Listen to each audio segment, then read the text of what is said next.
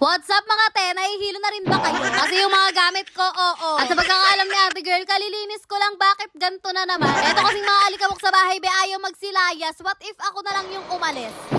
Mabuti na lang talaga, meron akong Dreamy X2 vacuum cleaner. O baka malito kayo, late upload na talaga to. Eto yung araw bago ako mag-usog ng mga gamit na yan. Kaya hindi rin talaga masyadong naglinis si ate girl noon or nagwalis-walis dahil nga nakapaglinis na ako. So diyan kinalapit lang talaga ako ng kasibagan para kalikutin sila.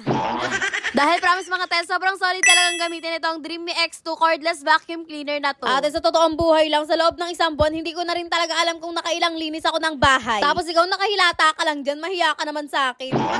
Nakakasipag naman kasi talaga maglinis, lalo na kapag may mga ganito kang gamit. Kasi nga kitang-kita mo kaagad yung kala. Baka pag nakita kita, ma-vacuum kita eh. Hala, hindi. Ito yung vacuum cleaner na kayang-kaya talagang mapalitan yung mga nozzles na yan. Ano na nga talaga kung yung mga alikabok nasa sulok-sulok at hindi nyo talaga makuha kaagad. Gaya na lang neto te, dumikit dyan sa pader nakikipamilya. Pwes, hindi kayo parte ng pamilya namin, kaya alis. Sa panahon ngayon mga te, aminin nyo, sobrang swerte natin. Kasi kahit pa paano nakakapaglinis talaga tayo ng mga ganito. Pero sa loob ng isang buwan, mga 42 times ako naglilinis. Sobrang dami naman nun te. Oo, tinatagpuan ko na nga lang talagang nahihilo yung halaman namin.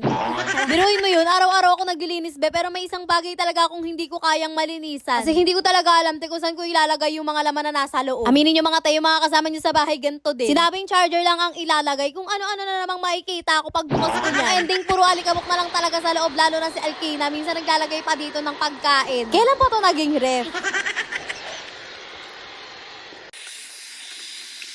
O diba, napakalinis, walang bahid dungi. Pwede na ulit tambakan ng kung ano-ano, diba Alkina? Tama? Tama. Alam niyo mga tayo sa totoong buhay lang, ito talaga yung gustong-gusto kong vacuum cleaner na ginagamit. Kasi ate, ang tagal niyang maloba. Tapos ang bilis ko pang matapos dahil nga higop na higop talaga lahat ng alikabok, madaanan lang kahit nasa gilid pa yan. Yung pinaka main body na ito mga be, may large cup siya na nakakakuha talaga ng ganito kadaming alikabok. Kuwang-kuha niya na rin talaga yung gigil ko na para bang sinasabi niya sa akin na ate, tumatanda ka na talaga at naglalagas na yung buhok mo. Naku mga ma, kung wala pa rin kayong vacuum cleaner sa bahay nyo hanggang ngayon, itry nyo munang i-check to. Kasi yung hinahanap nyo sa isang vacuum cleaner nandirito na. O siya mga be, tama na kayo. Maglalagay na lang ako ng link dyan sa comment section or yellow basket. Go!